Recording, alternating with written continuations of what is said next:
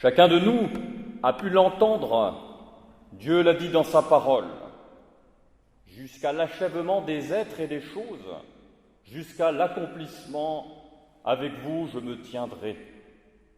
Et c'est comme une charpente dans l'émiettement de nos jours.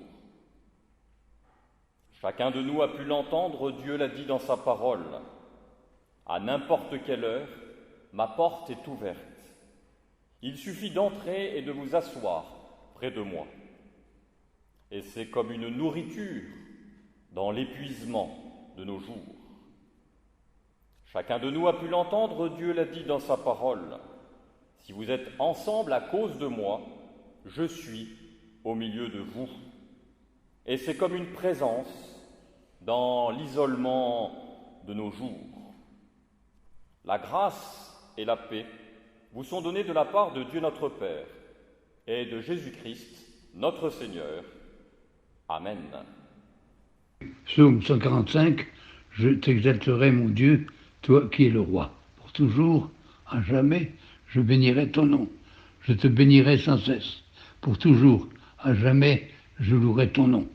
Le Seigneur est grand et digne de toute louange. Et sa grandeur est insondable. De génération en génération, qu'on fasse l'éloge de tes œuvres, qu'on raconte tes hauts faits, la magnificence éclatante de ta gloire. Je méditerai le récit de tes actes étonnants. On parlera de ta force redoutable et je raconterai tes hauts faits. On proclamera souvent ton immense bonté, on criera ta justice.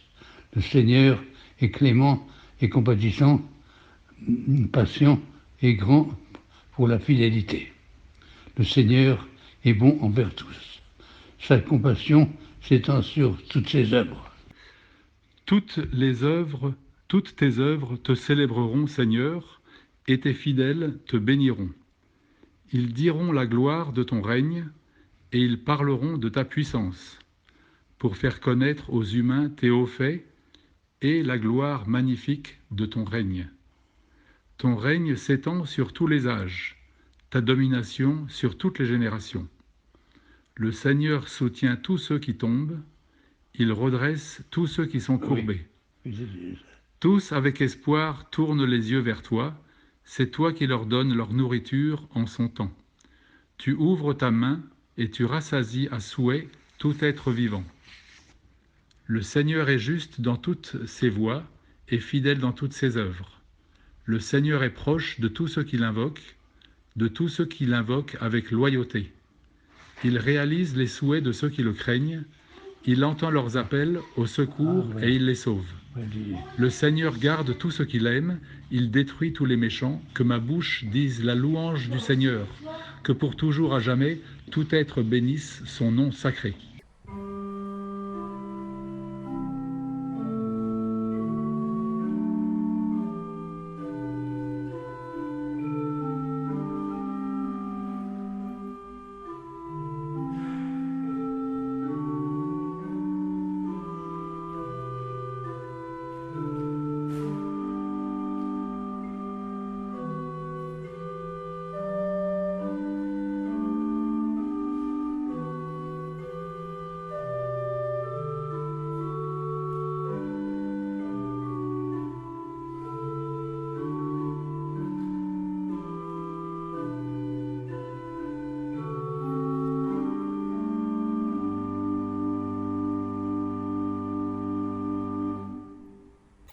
Avant d'ouvrir les Écritures, nous prions.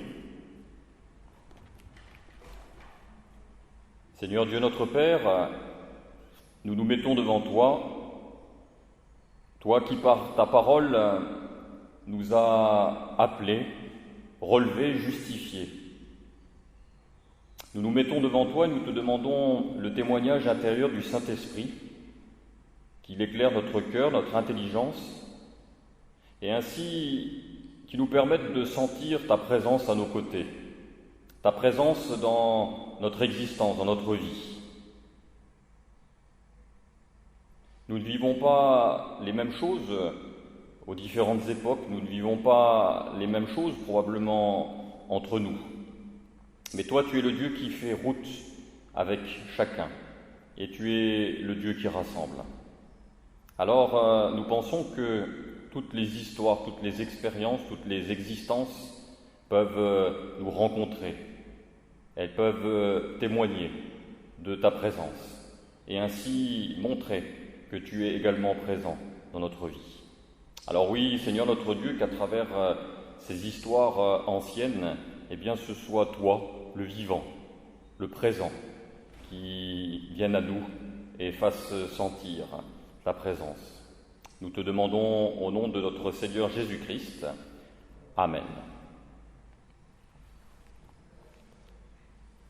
Et je vous propose d'entendre dans la liste des textes du jour et de méditer dans l'Évangile selon Matthieu au chapitre 10, les versets 37 à 42. Matthieu 10, 37 à 42. C'est Jésus qui parle. « Celui qui me préfère père ou mère n'est pas digne de moi. Celui qui me préfère fils ou fille, plus que moi, n'est pas digne de moi. Celui qui ne prend pas sa croix pour me suivre n'est pas digne de moi. Celui qui aura trouvé sa vie la perdra, et celui qui aura perdu sa vie à cause de moi la trouvera. Qui vous accueille, m'accueille, et qui m'accueille, accueille celui qui m'a envoyé. Qui accueille un prophète en sa qualité de prophète obtiendra une récompense de prophète. Et qui accueille un juste en sa qualité de juste obtiendra une récompense de juste.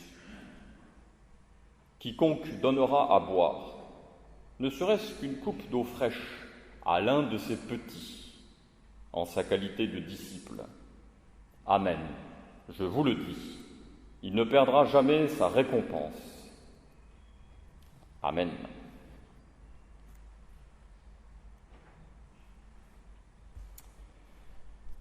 Frères et sœurs, ce passage, en tout cas le début de ce passage, a sans doute de quoi nous faire trembler.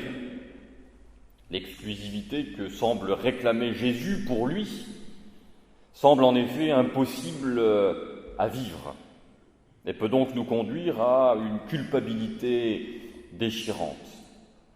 On se dit qu'à part devenir moine selon des règles extrêmes, eh bien tout cela est littéralement impossible à observer, sauf peut-être à vivre et se comporter comme étant sous l'influence d'un gourou de secte. Il y a en effet quelque chose, en tout cas en apparence, d'intégriste dans ce genre de propos. C'est justement là, me semble-t-il, qu'il faut bien comprendre le type de langage qu'utilise Jésus. Ce type de langage qu'on pourrait appeler un langage de l'excès. Et ici, dans ce texte, ce langage de l'excès prend tout son sens. En effet, celui ou celle qui essaierait, en écoutant ces paroles, de s'y conformer en cherchant à leur obéir, n'aurait absolument rien compris. Et à mon sens, justement, ne s'y conformerait de toute façon pas. En effet, le langage de l'excès, ce que j'appelle ici le langage de l'excès, n'est pas fait pour dire des choses à faire. Il n'est pas fait pour donner des prescriptions, des commandements. Mais il est fait plutôt pour interpeller, pour déplacer. Il est fait pour ouvrir des brèches au sein de l'individu, pour venir briser des certitudes et ainsi l'ouvrir à autre chose. Du coup, si quelqu'un cherchait à faire ce que Jésus dit ici, il n'y parviendrait de toute façon pas parce que la visée de ce langage, encore une fois, est tout autre. Il ne s'agit pas de faire, il s'agit de devenir. Du coup, si on regarde notre texte de plus près, on voit bien des lignes de force en action qui sont destinées à déplacer l'auditeur, déplacer le lecteur, avec d'abord des injonctions destinées à remettre en question ce qu'on peut appeler les liens naturels, les liens de sang, c'est-à-dire les liens avec les parents et les liens avec les enfants. Il faut d'ailleurs souligner qu'en contexte juif, remettre en question ces liens est sans doute encore plus violent et difficile, compte tenu de l'importance de la famille et de la généalogie. Il s'agit donc de sortir de liens puissants, qu'on n'a d'ailleurs pas choisis. Ce n'est d'ailleurs probablement pas un hasard que Jésus ne mentionne pas le lien conjugal, qui est dans une certaine horizontalité, puisqu'il fait l'objet d'un choix. Pas toujours, mais en principe, il fait l'objet d'un choix. Alors que là, il n'évoque que des liens verticaux qui nous surplombent. Donc des liens qui forment ainsi un certain destin.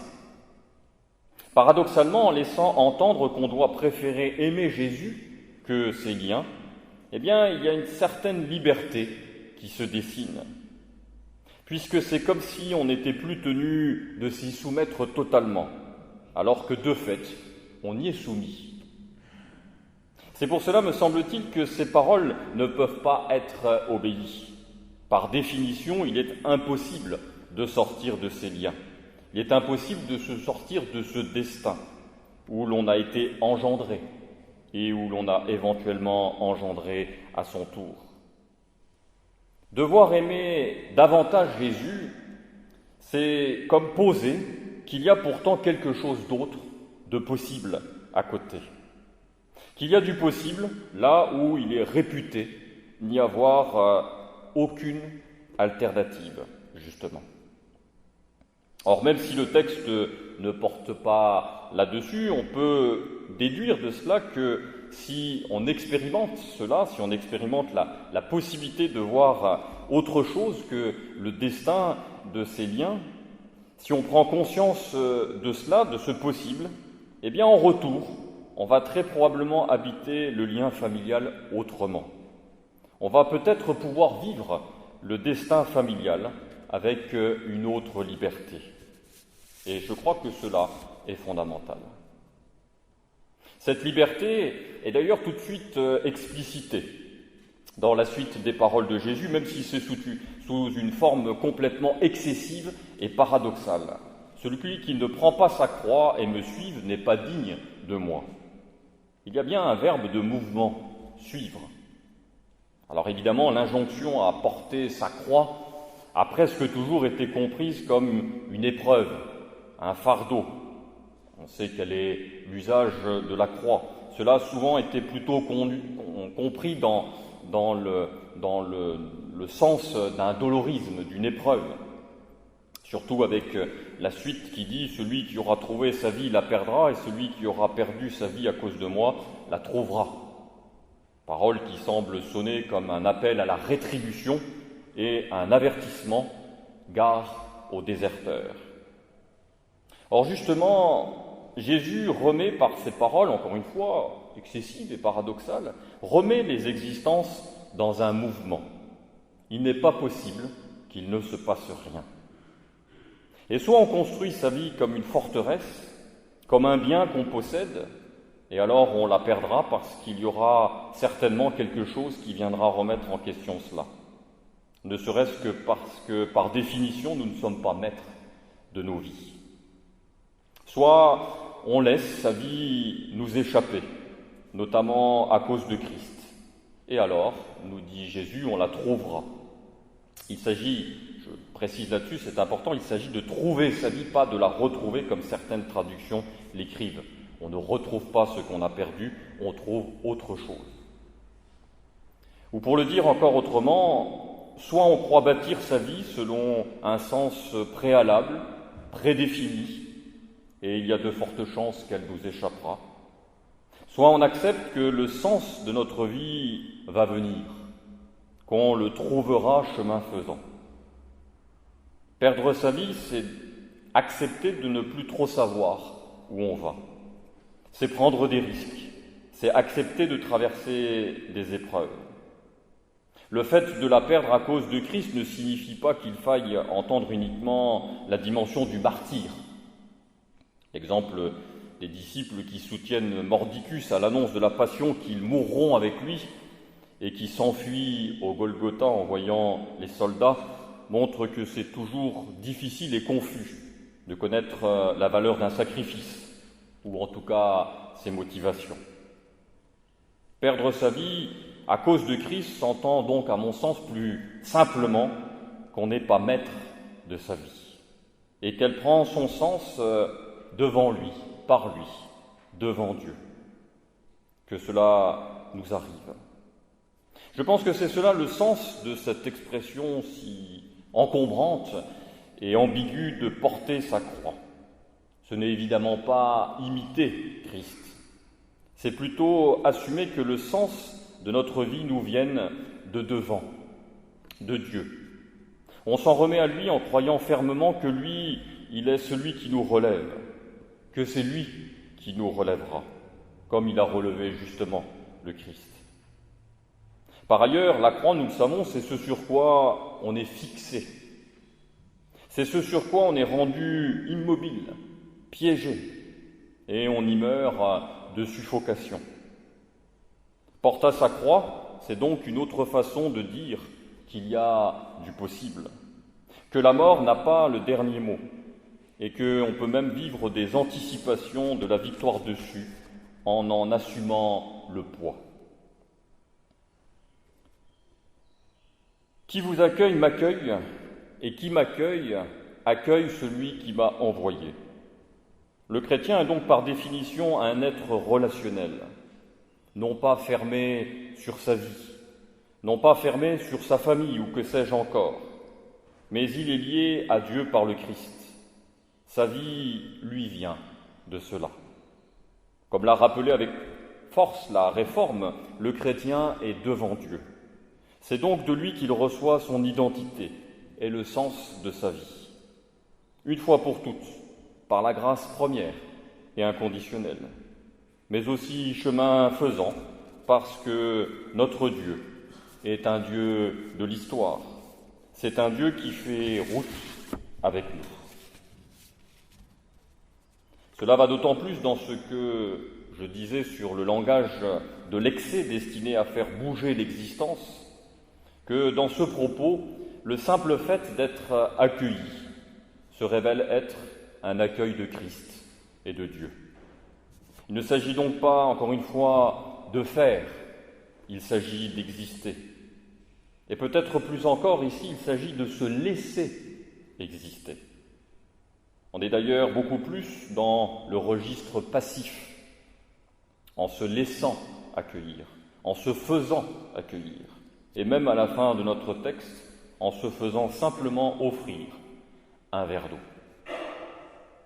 Au début de notre passage, il y a donc remise en question de liens réputés incassables. Et à la fin, il y a la mention de se faire accueillir. Par définition, pour se faire accueillir, il faut avoir un peu de liberté pour sortir et pour aller vers. Il y a donc bien un trajet à faire entre les deux. D'autre part, le disciple, qui est une figure du chrétien, il est un petit peu comme la graine de moutarde dans la parabole. Il est qualifié de petit, micros. Et pourtant, il est quelque part qualifié de plus important que le prophète ou le juste, par les bénéfices qu'il peut apporter à celui ou celle qui le reçoit. Il n'est rien, mais les bénéfices qu'il peut permettre d'apporter à celui ou celle qui le reçoit, eh bien, sont incommensurables. D'habitude, frères et sœurs, nous le savons, on exalte ce qu'on fait, on exalte ce qu'on construit, on exalte ce qu'on apporte. Ici est exalté le seul fait d'être reçu, et d'être reçu comme un petit. Laissons ce dernier déplacement faire chemin en nous et nous convaincre d'être petits. Amen.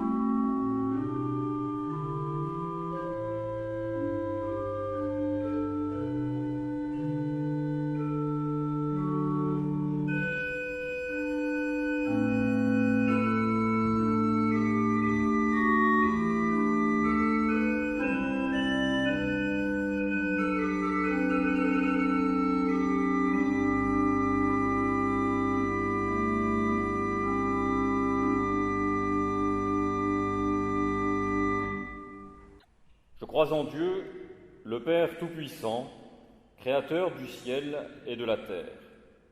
Je crois en Jésus-Christ, son Fils unique, notre Seigneur, qui a été conçu du Saint-Esprit et qui est né de la Vierge Marie. Il a souffert sous Ponce Pilate, il a été crucifié, il est mort, il a été enseveli, il est descendu aux enfers, le troisième jour, il est ressuscité des morts, il est monté au ciel, il siège à la droite de Dieu, le Père Tout-Puissant, il viendra de là pour juger les vivants et les morts.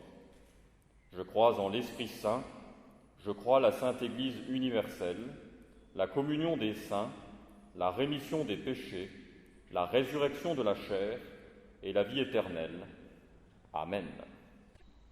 Nous venons à toi dans la prière, Seigneur, et c'est une manière de faire place en nous à un autre que nous-mêmes. Une façon pour nous de lâcher prise, mais sans pour autant se murer dans l'indifférence. Plutôt déposer devant toi nos soucis, nos angoisses, nos craintes, nos désirs, nos faims et soifs de justice, de paix. Oui, Seigneur, la prière d'intercession est un temps pour à la fois tenir à tout cela et en même temps à nous en décharger, nous décharger du fardeau que cela pourrait constituer si nous croyons que tout repose sur nous. Alors, prier pour cela, c'est nous relancer dans la vie, nous relancer dans l'existence et ses combats. Nous venons à toi, c'est une manière de libérer notre regard de ce qui l'encombre. Là où nous sommes tentés de nous replier sur notre amertume, ouvre-nous à la tendresse qui est en toi. Lorsque c'est la violence qui semble avoir le dernier mot, ouvre-nous à la tendresse qui est en toi. Lorsque l'échec semble avoir le dernier mot, ouvre-nous à la tendresse qui est en toi. Là où nous nous crispons dans l'attente d'être aimés, reconnus, emmène-nous vers la générosité qui porte la joie. Lorsque la recherche d'un bon maître devient obsédante, lorsque nous cherchons en vain des marques de reconnaissance, emmène-nous vers la générosité qui porte la joie. Lorsque le deuil ou la peine semblent dissoudre toute relation, emmène-nous vers la générosité qui porte la joie. Là où nous avons peur de manquer, donne-nous de regarder ce manque comme une source de fécondité. Lorsque garder son argent semble le seul moyen, lorsque garder le pouvoir semble le seul moyen, donne-nous de regarder le manque comme une source de fécondité. Oui, Seigneur notre Dieu, préserve-nous de toute suffisance et donne-nous plutôt de témoigner de la largesse du regard que tu poses sur chaque être humain. C'est ce regard que nous accueillons maintenant, rassemblant ainsi toutes nos prières en te disant tous ensemble: Notre Père, qui es aux cieux, que ton nom soit sanctifié, que ton règne vienne, que ta volonté soit faite sur la terre comme au ciel. Donne-nous aujourd'hui notre pain de ce jour. Pardonne-nous nos offenses, comme nous pardonnons aussi à ceux qui nous ont offensés. Ne nous laisse pas entrer en tentation, mais délivre-nous du mal, car c'est à toi qu'appartiennent le règne, la puissance et la gloire, au siècle des siècles. Amen. Frères, sœurs, ne te rétrécis pas, mais élargis l'espace de ta vie. Ne t'enferme pas, mais ouvre les toiles de ta tente. Ne t'habitue pas, mais lance des cordages vers l'infini. Ne te satisfais pas, mais cultive les brûlures de l'attente. Sois curieux, Ne crains pas, ose l'Évangile, risque la parole, et Dieu sera avec toi, et Dieu sera ta joie. Dieu vous bénit et vous garde. Il vous accorde sa grâce, il tourne sa face vers vous et vous donne la paix. Amen.